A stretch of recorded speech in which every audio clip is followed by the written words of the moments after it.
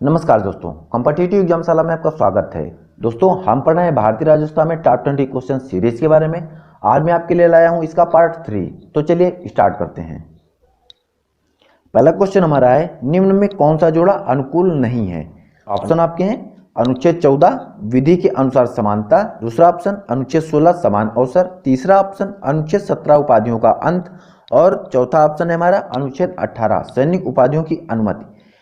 यार अनुच्छेद 14 की बात करें तो विधि के अनुसार समानता अनुच्छेद बताता है हमारा 14 नंबर। अनुच्छेद 16 में बताता है लोक नियोजन में समान अवसर के लिए बताता है, जबकि अनुच्छेद 17 हमारा उपाधियों का अंत नहीं बताता है, बल्कि अनुच्छेद 17 हमारा बताता है अस्पृश्यता का अंत।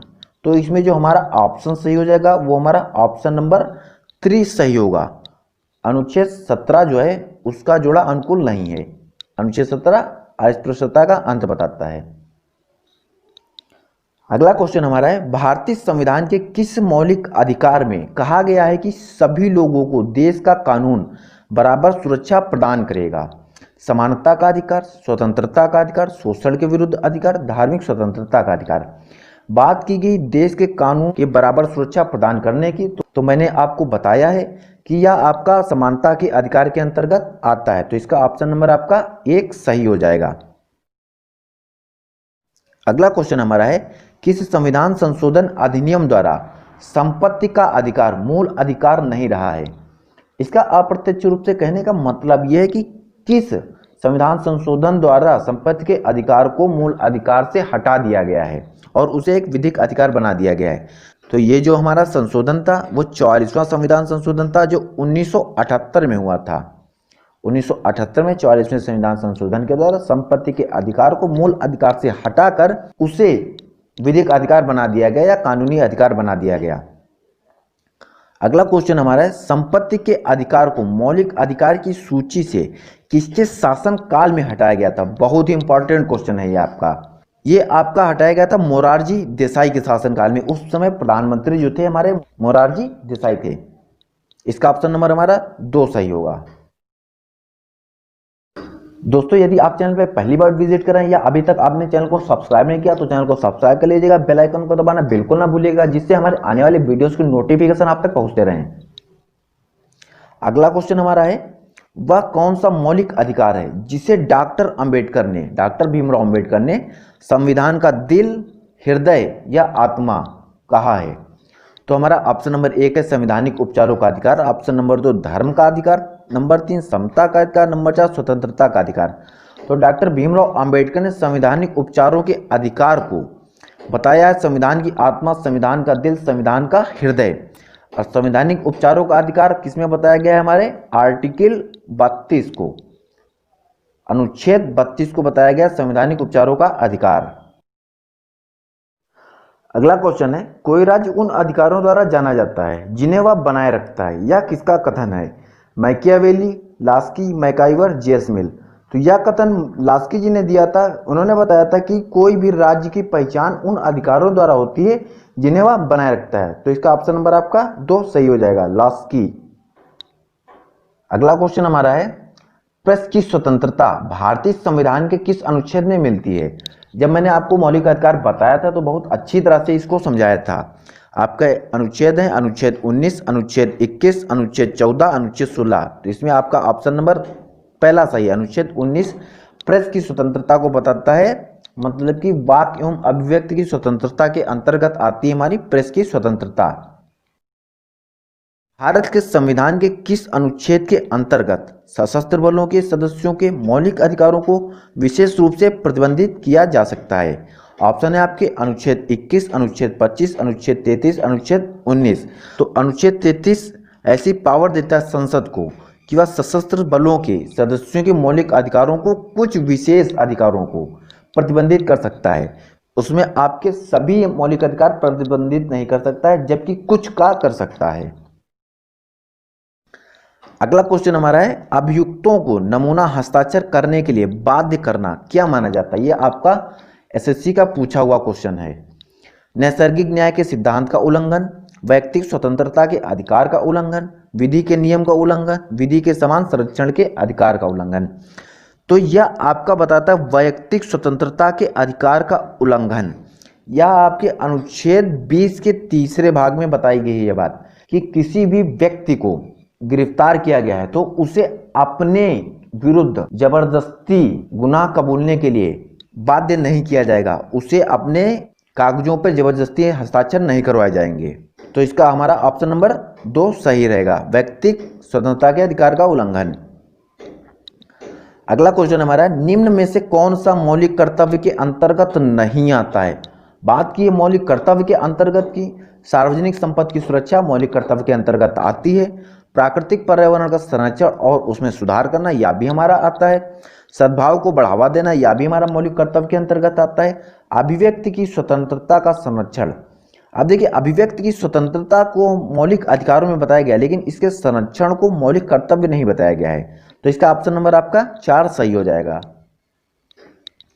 अगला क्वेश्चन हमारा, भारतीय संविधान में मौलिक कर्तव्य कब जोड़े गए, कब समाविष्ट किए गए। समाविष्ट करने का मतलब यही कि ऐड करना या जोड़ना। मौलिक कर्तव्य को कब जोड़ा गया था, 42वें संविधान संशोधन द्वारा। 42वां संविधान संशोधन कब हुआ था, यह हमारा हुआ था 1976 में, मैंने आपको बताया है। तो ये हमारा ऑप्शन नंबर इसका चौथा सही हो जाएगा, 1976। अगला क्वेश्चन है हमारा, भारतीय संविधान में कितने मौलिक कर्तव्य शामिल किए गए हैं। तो वर्तमान में जो मौलिक कर्तव्य हमारे वह 11 हैं। पहले हमारे मूल संविधान में 10 मौलिक कर्तव्य थे। 2002 में 86वें संविधान संशोधन के द्वारा 11वें मौलिक कर्तव्य को जोड़ा गया था, जो कि 6 से 14 वर्ष तक के बच्चों को उनके संरक्षक के द्वारा शिक्षा प्रदान करने को बताया गया है। अगला क्वेश्चन हमारा है, मौलिक अधिकार निलंबित किए जा सकते हैं। किसके द्वारा निलंबित किए जा सकते हैं, राज्यपाल के द्वारा, राष्ट्रपति के द्वारा, विधि मंत्री द्वारा या प्रधानमंत्री द्वारा। तो मौलिक अधिकारों का निलंबन सिर्फ और सिर्फ राष्ट्रपति के द्वारा हो सकता है, चाहे वह राज्य की बात हो चाहे वह देश की बात हो, लेकिन मौलिक अधिकार निलंबित करेगा सिर्फ और सिर्फ राष्ट्रपति ही, या अधिकार सिर्फ और सिर्फ राष्ट्रपति को प्राप्त है। अगला क्वेश्चन हमारा है, भारतीय नागरिकों के मौलिक अधिकार को निलंबित किया जा सकता है। तो इसको कब निलंबित किया जा सकता है, हमारे ऑप्शन है, राष्ट्रीय आपातकाल के दौरान, वित्तीय आपातकाल के दौरान, कभी भी, किसी भी दशा में। तो देखिए, जो भारत है वह लोकतंत्र है, इसमें लोकतंत्र को प्रमुखता दी गई है, तो हर समय या किसी भी दशा में तो मौलिक अधिकारों को नहीं किया जा सकता है। इसलिए वित्तीय आपातकाल के दौरान मौलिक अधिकारों को निलंबित किया जा सकता है या राष्ट्रीय आपातकाल के दौरान निलंबित किया जा सकता है। लेकिन वित्तीय आपातकाल के दौरान मौलिक अधिकार निलंबित नहीं किए जा सकते हैं जो आपके वित्त से संबंधित ना हो। मतलब कि जो आपका सैलरी प्राप्त करना होता है या आपका अधिकार होता है, आपको अपने कार्य के प्रति मिलता है, तो आपका सिर्फ और सिर्फ आपकी इनकम प्राप्त करने का जो अधिकार होता है वो आपका बाधित होता है वित्तीय आपातकाल में। लेकिन जब राष्ट्रीय आपातकाल लगता है तो इसमें हमारा अनुच्छेद 20, अनुच्छेद 21 दोनों को छोड़कर सभी के सभी मौलिक अधिकार निलंबित किए जा सकते हैं, सिर्फ और सिर्फ राष्ट्रीय आपातकाल के दौरान। राज्य आपातकाल के दौरान भी कुछ मौलिक अधिकारों को समाप्त किया जाता है। अगला क्वेश्चन है हमारा, मौलिक अधिकारों द्वारा यथोचित प्रतिबंध कौन लगा सकता है। अच्छा, अब मौलिक अधिकारों पर प्रतिबंध लगाने की बात करें तो इस पर लगा कौन सकता है, क्या मंत्रिपरिषद लगाएगी या संसद लगाएगी या जनता या मंत्रिमंडल। तो मौलिक अधिकारों पर प्रतिबंध लगाने का अधिकार सिर्फ और सिर्फ संसद को है, कोई और नहीं लगा सकता है प्रतिबंध मौलिक अधिकारों पर। तो हमारा इसका ऑप्शन नंबर 2 सही हो जाएगा। अगला क्वेश्चन हमारा है, नागरिकों और विदेशियों को प्राप्त हैं कौन से राजनीतिक अधिकार, मौलिक अधिकार, सिविल अधिकार या विधिक अधिकार। तो देखिए विधिक अधिकार जो होते हैं वह भारत के नागरिकों और विदेशी जो आते हैं उन सभी को प्राप्त होते हैं। विधिक अधिकार क्या होते हैं, जो हमें कानून के द्वारा प्राप्त किए जाते हैं। जैसे मान लो किसी भी व्यक्ति को पुलिस गिरफ्तार कर लेती है तो उसका यह अधिकार होता है कि उसे कम से कम मजिस्ट्रेट के सामने उसे 24 घंटे के अंदर पेश किया जाए। यह अधिकार भारत के नागरिकों का भी होता है और विदेशियों का भी यही अधिकार होता है। तो इसका ऑप्शन नंबर आपका 4 सही हो जाएगा। विदेशियों और नागरिकों को जो प्राप्त अधिकार है वो हमारा विधिक अधिकार होगा। अगला क्वेश्चन हमारा है, निम्न में से कौन सा मूल अधिकार केवल भारत के नागरिकों को प्राप्त है। ऑप्शन आपके हैं, जीवन और स्वतंत्रता का अधिकार, धर्म की स्वतंत्रता का अधिकार, समानता का अधिकार, अभिव्यक्ति का अधिकार। तो देखिए, जो केवल भारत के लोगों के लिए कहा गया है कौन सा अधिकार है जो केवल भारतीय नागरिकों को प्राप्त है, विदेशी नागरिकों को नहीं। तो जीवन जीने का अधिकार विदेशियों को भी प्राप्त है, धर्म की स्वतंत्रता का अधिकार ये भी विदेशियों को प्राप्त है, समानता का अधिकार ये भी विदेशियों को प्राप्त है। लेकिन अभिव्यक्ति की स्वतंत्रता की जब बात आती है तो वह सिर्फ और सिर्फ भारत के नागरिकों को प्राप्त है। सिर्फ भारत के नागरिक जो चाहे वो कह सकते हैं, जबकि विदेशी हमारे देश में आकर हमारे देश के बारे में बुरा या मतलब कुछ भी इस प्रकार का नहीं कहेंगे जिससे हम लोगों को बुरा लगे। तो जो ऑप्शन नंबर आपका 4 सही होगा। अभिव्यक्ति की स्वतंत्रता का अधिकार, यह अधिकार विदेशी नागरिकों को नहीं प्राप्त है जबकि भारतीय लोगों को प्राप्त है। भारतीय नागरिकों को प्राप्त अधिकारों के बारे में तो थोड़ी चीज इसके बारे में जान लेते हैं। अनुच्छेद 15 धर्म, मूल वंश, जाति, लिंग और जन्म स्थान के आधार पर विभेद का प्रतिषेध बताता है। अनुच्छेद 16 लोक नियोजन में अवसर की समानता बताता है। अनुच्छेद 19 वाक्य एवं अभिव्यक्ति की स्वतंत्रता को बताता है। अनुच्छेद 19 अल्पसंख्यक वर्गों के हितों का संरक्षण के बारे में बताता है। अनुच्छेद 30 अल्पसंख्यक वर्ग के शिक्षा संस्थान की स्थापना और प्रशासन करने के अधिकार में बताता है। कुल मिलाकर यह 5 अनुच्छेद ऐसे हैं जो केवल भारत के नागरिकों को प्राप्त हैं, विदेशी नागरिकों को नहीं प्राप्त हैं। जबकि और अधिकार जितने भी हैं वह भारतीय नागरिकों के साथ साथ विदेशियों को भी प्राप्त हैं। तो ये आपके 5 ऐसे मूल अधिकार हैं जो सिर्फ और सिर्फ भारतीय नागरिकों को दिए जाते हैं। अगला क्वेश्चन है हमारा, मत देने का अधिकार किस कोटि से संबंधित है? ऑप्शन हमारे हैं मानवाधिकार, नागरिक अधिकार, प्राकृतिक अधिकार, राजनीतिक अधिकार। तो मत देने का जो अधिकार होता है वो हमारा राजनीतिक अधिकार होता है। जब हम 18 साल के हो जाते हैं तो हमें किसी भी व्यक्ति को जो हमारे यहाँ से नॉमिनेट होता है, विधायक होता है, संसद होता है, उसे चुनने के लिए हम अपना अधिकार का प्रयोग कर सकते हैं। ये हमारा मौलिक अधिकार नहीं, ध्यान रखिएगा, ये मौलिक अधिकार की श्रेणी में नहीं आता है, ये हमारा राजनीतिक अधिकार के अंतर्गत आता है, मौलिक अधिकार के अंतर्गत नहीं। ये मोस्ट इंपॉर्टेंट, आपका ध्यान रखिएगा इसका। तो मत देने का अधिकार हमारा राजनीतिक अधिकार है, ना कि मौलिक अधिकार।